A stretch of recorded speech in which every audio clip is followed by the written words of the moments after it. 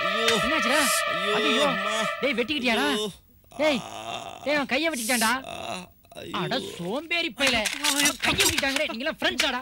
டேய் உங்களுக்கு கிரிக்கெட்டா பிடிச்சிருக்கு? என்ன ஆச்சு? குழந்தை அழுவுது, விரல வெட்டிக்கிட்டு. டேய் எந்திரா, உட்காந்துருக்கான் பாடுறா. ஏண்டா நானும் கொஞ்ச நாளாவே உங்களை பார்க்குறேன்.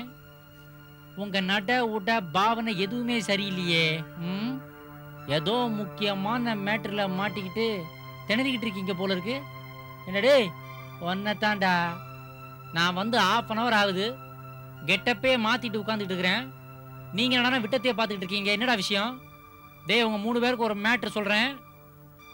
வாழ்க்கையில கனவு இருக்கலாம்டா, ஆனா கனவையே வாழ்க்கையாக்குன்னு நினைச்சீங்க 5 பைசா கூட தேர மாட்டீங்க, அவ்வளவுதான்.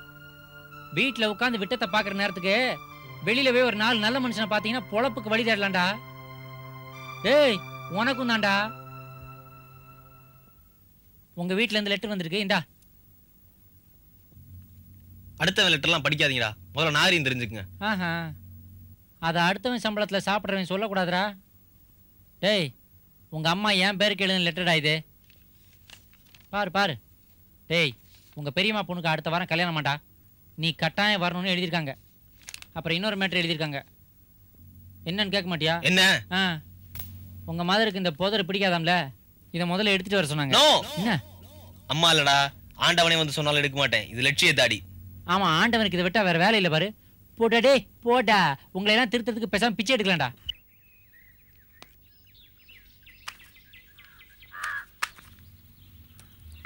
ஏப்பா முட்டை இருக்கா? நீலாம் வெண்டைக்காய் தான் சாப்பிடணும், அப்பதான் அறிவாது வளரும். முதல்ல வாங்கின கடனை கொடுக்க பாரியா.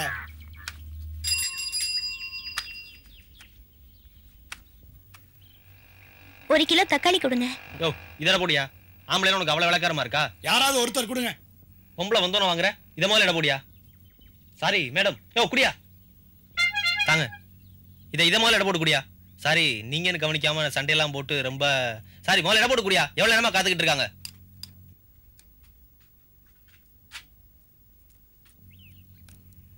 Excuse me madam. எஸ். உங்க பேர் கௌசல்யா எனக்கு தெரியும், ஆனா என் பேர் விஜய்னு உங்களுக்கு தெரியாது.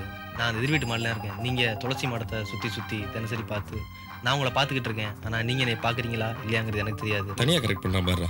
Hello, I am Suren, BSc graduate. Hello, I am Venkat, BCom. கேக்குறேன்னு தப்பா எடுத்துக்காதீங்க. அது என்ன சொல்லி வச்ச மாதிரி 3 பேரும் தாடியோட? மேடம், நாங்க 3 பேர் சினிமால சாதிக்கணுங்கிற லட்சியத்தோட இருக்கோம். அந்த லட்சியத்தோட அடையாளம் தான் இந்த தாடி.